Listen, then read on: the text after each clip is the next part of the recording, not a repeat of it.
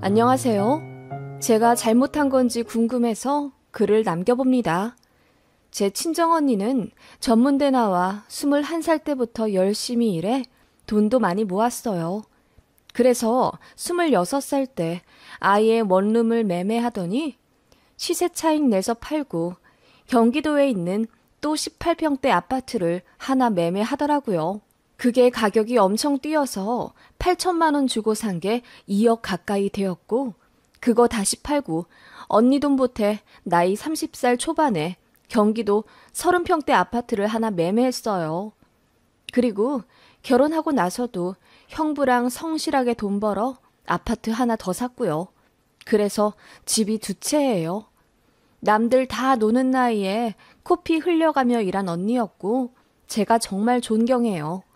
아이들, 형부, 양가 부모님한테 참 잘하고 성격이 쿨해. 저한테도 소고기 턱턱 사주고 저 결혼할 때는 1,000만 원이나 해준 고맙고 또 고마운 제 언니입니다. 시댁에서도 저희 언니 똑 부러진 거 잘 알고 있어요. 제가 언니로부터 축의금을 1,000만 원이나 받은 것에 입이 떡 벌어지게 놀라셨거든요. 언니 연봉이나 재산 같은 건 자세히는 말씀 안 드렸지만 언니 지금 사는 집도 30평대 고급 자가 아파트이고 언니 명의로 또 경기도에 32평짜리 아파트 갖고 있는 것도 다 아세요. 언니네 부부가 자영업으로 맨 땅에 헤딩하며 자수성가한 타입이라 그런지 시어머니가 참 관심 있어 하시더라고요. 왜냐하면 시누이도 비슷한 계열로 자영업에 종사하고 있었거든요. 그런데 시누는 잘 안 되었죠. 그 누구보다 영업시간을 성실히 지켜야 할 자영업인데 친구 만난다고 문 닫고 머리 좀 아프다고 문 닫고 주말은 놀아야 한다고 문 닫던 사람이에요. 딱히 운영도 잘 하지 못했고 실력도 별로인 터라 고객들한테 컴플레인도 많이 받았었지요. 결국 빚만 6천 정도 진 상태로 폐업을 했고 그 이후로도 작게 몇 번 재기를 노렸지만 번번이 실패했어요. 제가 결혼한 이후에도 가게를 2번 냈는데 다 말아먹더라고요. 저희가 오픈할 때마다 없는 살림에 쌈짓도 꺼내요. 100만 원씩 주고 화분도 큰 거 하나씩 보내며 응원도 해줬었는데요. 그리고는 작은 회사 들어가 일하는 것 같더라고요. 신우 말로는 자기는 남의 밑에서 일 못하는데 아이 학원비 때문에 잠깐 다니는 거라며 나중에 꼭 다시 가게 할 거라고 했어요. 제 남편이나 시부모님이나 이제 그만 가게 차리고 직장이나 다니라고 잔소리했지만 신우는 들은 척 만 척 하더군요. 저는 대학교 4년제 나와 4년 동안 고시원 틀어박혀서 공시 공부했고 20대 후반에 공무원 되었어요. 남편도 공무원이고요. 둘 다 졸업하고 공부만 하느라 모은 돈도 거의 없고 양가 부모님들도 그닥 기댈 만한 상황은 아니라 아예 돈 한 푼 지원받지 말고 우리 힘으로 결혼하자 마음먹어서 15평 빌라에서 신혼생활 했네요. 지금은 20평대 자가 아파트 살면서 성실히 대출 갚고 있고요. 신우가 저랑 동갑이라 그런지 어머님이 특히 저랑 신우를 내심 비교하시는 것 같더라고요. 저도 공무원이 한 방이 된 건 아니지만은 그래도 30살 되기 전에 자리 잡았지만 신우는 남편이랑 본가 돈만 까먹고 이렇다 할 자리를 잡지 못해 그런 것 같았어요. 그래서 명절에 어머님은 제가 신우랑 마주치지 못하게 시간과 날짜 관리 철저히 하셨고 어쩌다 마주치게 되면 저희든 신혼애든 빨리 나가라고 등 떠미셨던 분이에요. 신우가 기 죽을까 봐 그러셨던 것 같아요. 제가 잘난 척이라도 했음 모르겠는데 전 그냥 월급 쥐꼬리만큼 받는 공무원일 뿐이라 제 직업에 프라이드도 없어요. 그런데 어머님은 딸 자식이 못내 짠하다 못해 제가 얄미워 보이시는 건지 저희 부부 앞에서 공무원은 나란 일이나 하는 개미들이라며 진짜 돈 잘 버는 건 이래나 저래나 자영업이라며 저희를 깎아내리셨어요. 그리고 신우가 몇 번 사업 실패를 했지만 그게 다 양분이 될 거라며 저더러 신우 괜히 무시하고 그러지 말라는 거예요. 저는 신우를 무시한 적이 단 한 번도 없어요. 오히려 신우가 저를 투명인간 취급했죠. 인사를 해도 듣는 둥 마는 둥 쥐똥만한 목소리로 대답하던 신우인데요. 그리고 제가 옷이라도 새로 사서 입고 오면 어머님은 어머, 옷 샀니? 넌 얼굴이 까무잡잡해서 이런 색이 안 어울리는데 네 신우가 얼굴이 하얘서 이런 색이 잘 어울리지. 라며 저를 무안하게 하시거나 너같이 팔뚝 통통한 애들은 목티 입으면 안 된다. 네 신우처럼 얄쌍한 애들이나 입으면 잘 어울리겠는데. 라며 굳이 저를 깎아내리시곤 했죠. 제가 생각하기엔 어머님의 자격지심 혹은 열등감 같아요. 그런 시어머니 때문에 시댁 가기도 싫고 안부 전화하기도 싫더라고요. 그래서 바쁘다는 핑계로 전화도 거의 안 하고 그러며 몇 년 살았더니 어머님은 제가 일로 잘난 척하는 사람으로 여기시고 더 마음에 안 들어 하셨던 것 같아요. 이런저런 사건도 많고 해서 제가 시댁 식구들을 별로 좋아하지 않아요. 남편도 그걸 알고 있고요. 그런데 어머님이 1년 전쯤 저에게 전화를 해서 돈 좀 빌려줄 수 있냐 물으시더라고요. 알고 보니 신우가 가족들 몰래 또 회사를 관두고 집 담보 대출로 가게를 차린 거였어요. 그런데 겁없이 인테리어를 8천이나 들였다는데 정작 장사는 잘 안 된 거죠. 6개월 동안 가게 월세를 계속 대출로 막고 있었고 결국 본인 친정인 제 시부모님께 SOS를 친 거였더라고요. 얘기 들으니 신우가 그렇게 한심해 보일 수가 없더군요. 돈도 없으면서 자꾸 가게를 차리려고 하는 게 어쩌면 사업 중독일 수도 있다는 생각이 들었고 제 남편도 마찬가지 입장이었어요. 어머님은 그래도 가족이니 십시일반 모아서 도와주자며 저희 부부더러 급한 불 좀 끌 수 있게 2천만 원만 해줄 수 있냐 물으셨지만 거절했습니다. 안 그래도 시댁에서 노후자금 할 것도 모자란데 땅 팔고 뭐 팔아 자꾸 신우 도와주니 신우가 정신을 못 차리는 거라고도 말해드렸습니다. 그런데도 안 듣고 그저 저희가 너무하다고 하시더군요. 남편도 절대 도와주기 싫다고 해서 저도 잠자코 있었습니다. 어머님은 저에게 정말 실망이다. 니들도 어려워지면 우리가 다 도와줄 텐데 너무하는 것 아니냐? 어쩜 그리 인정머리가 없니? 라며 원망하셨네요. 저희도 나름 신우한테 가전제품도 사주고 시조카들한테 겨울 패딩도 몇 번이나 사줬어요. 그렇게 이런저런 명목으로 준 돈이 800만 원은 되었는데도 결정적인 순간에 돈 거절하니 피도 눈물도 없는 냉혈한들이 되어 있더라고요. 참 어이가 없었습니다. 결국 신우는 1년 만에 가게를 다시 내놨고 그 실패로 7천만 원 정도의 빚을 또 지게 되었다고 하더군요. 집 담보로 대출받은 게 잘 안 돼요. 이사도 가야 했고요. 신혼에 시댁 쪽으로 이사를 갈 거라고 알아보던데 거기가 마침 저희 친정언니 명의의 아파트가 있는 지역이더라고요. 시어머니는 이미 알고 있었고요.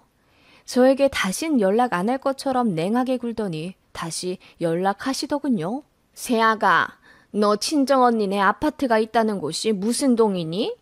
네 신우가 내 후년에 거기 이사를 가야 하는데 혹시나 해서 물어본다. 아, 네. 주연동이에요. 아파트 단지 많은 곳이요. 그래? 거기가 택지 지구랬나? 우리 외손주가 어려서 학교 때문에 그래도 좀 괜찮은 동네를 들어가야 하는데 이놈의 돈이 모자라서 걱정이야. 내가 좀 해주면 좋으련만 우리도 이제 돈이 없고.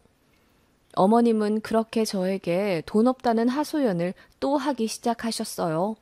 그런 말씀엔 저도 늘 대응하는 말이 그러게요. 저희도 돈이 없네요. 공무원들이라 월급도 적고 애들한테 다 나갔어요. 어머님도 아시잖아요. 공무원 월급 적은 거. 라고 앵무새처럼 말했죠. 그런데 시어머니가 이러시더라고요. 그래도 도와줄 수 있는 선에서 좀 힘 좀 써주지 않겠니? 네 친정언니 아파트를 지금 전세를 주고 있다면서 거기에 네 신우 좀 들어가 살게 해주면 안 될까? 그 말에 저는 뒷목에서 소름이 오소소 돋더라고요. 네? 신우를 거기 그냥 살게 하자고요? 어머님, 아무리 가족 사이여도 그건 아니죠. 그리고 사돈지간인데 어떡해. 아니, 우리가 무슨 공짜로 살겠냐? 당연히 돈 주지. 어머님은 당황하신 듯 돈 줄 거라는 말을 반복하시더군요. 어머님은 그러셨어요. 요즘 전세로 장난치는 업자들도 많은데 안 그래도 시련 많이 겪은 신우가 또 돈으로 힘들어지면 이제는 정말 무너질 것 같아서 금전적으로 안심이 되는 제 친정언니 집에 전세로 들어가게 하고 싶다 하셨어요. 뭐 신우 사정도 딱하기는 하지만서도 어쩐지 마음에 안 내키더라고요.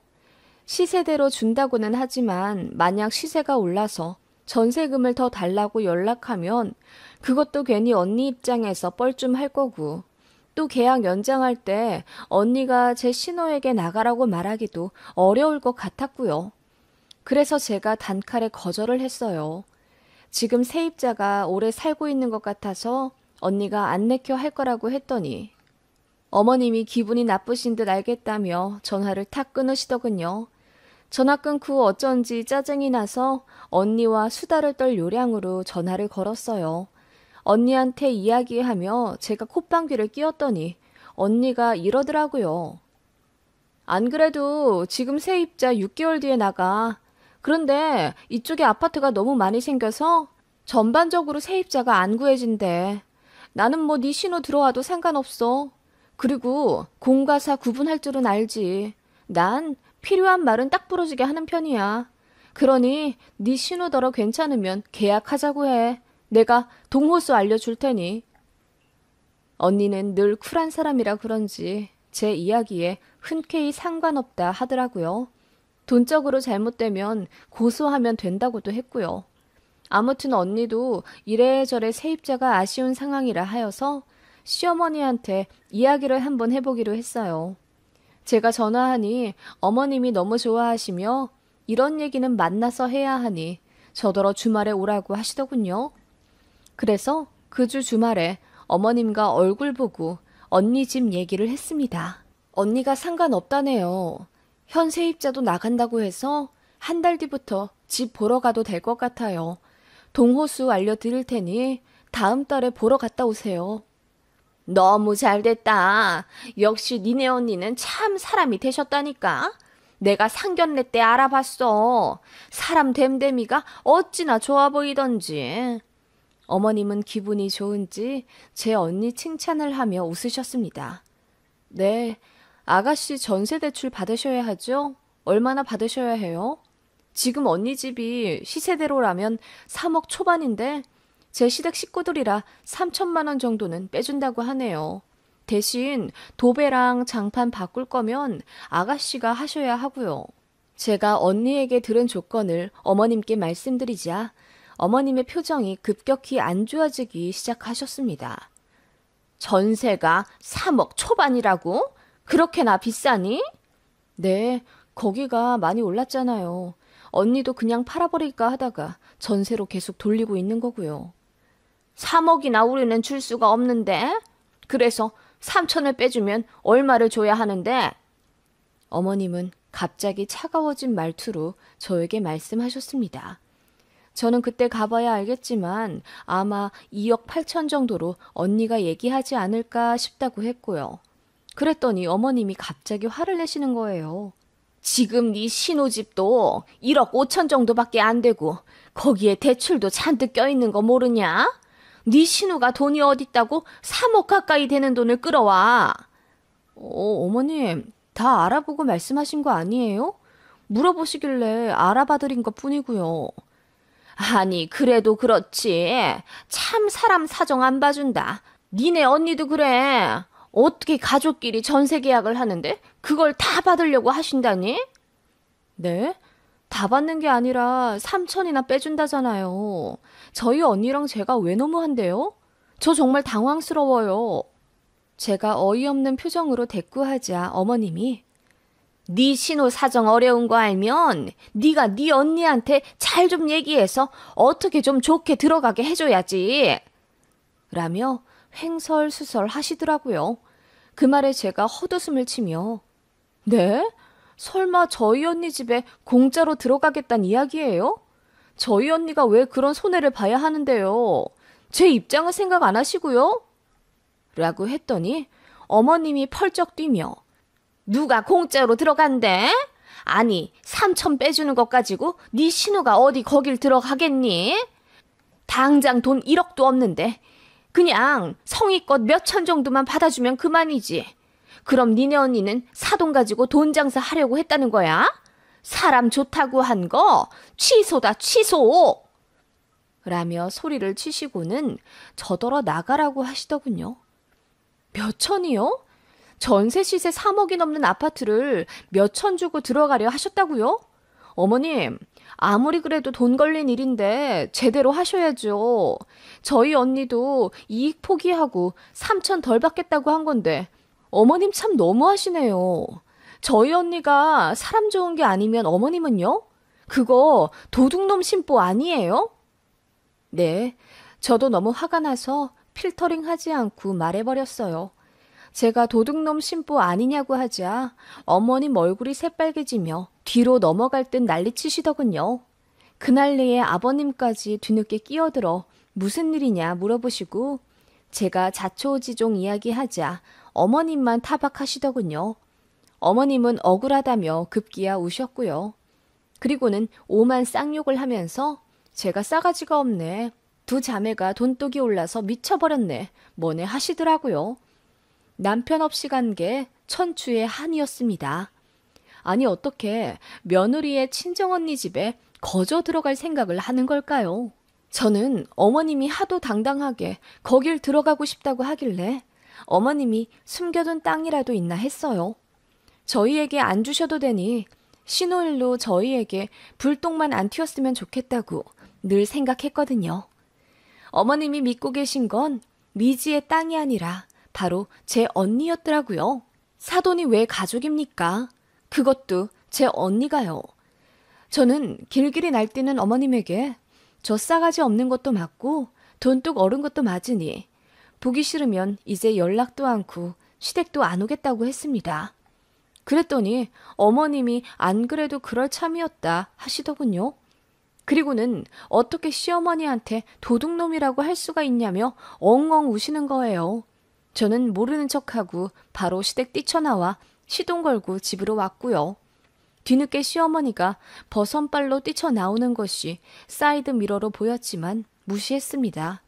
그 후로도 전화며 문자며 엄청 왔지만 다 무시했어요.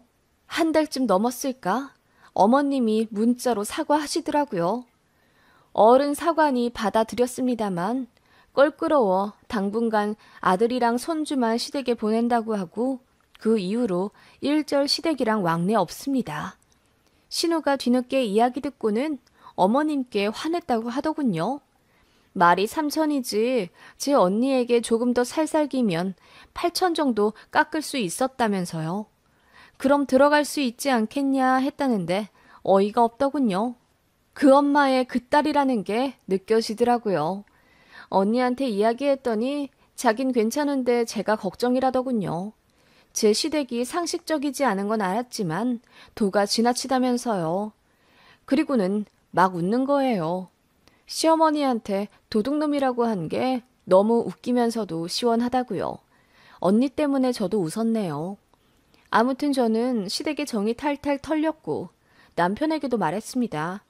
신호든 시부모님이든 이제 필요 이상으로 돈 해주지 말라고요. 남편도 느낀 바가 많은지 알아서 하더라고요. 남편은 원래가 본가에 관심도 없고 오히려 냉정한 타입이에요. 부모님이 여동생에게 많이 퍼준 것 알고 있고 그래서인지 선 긋더라고요.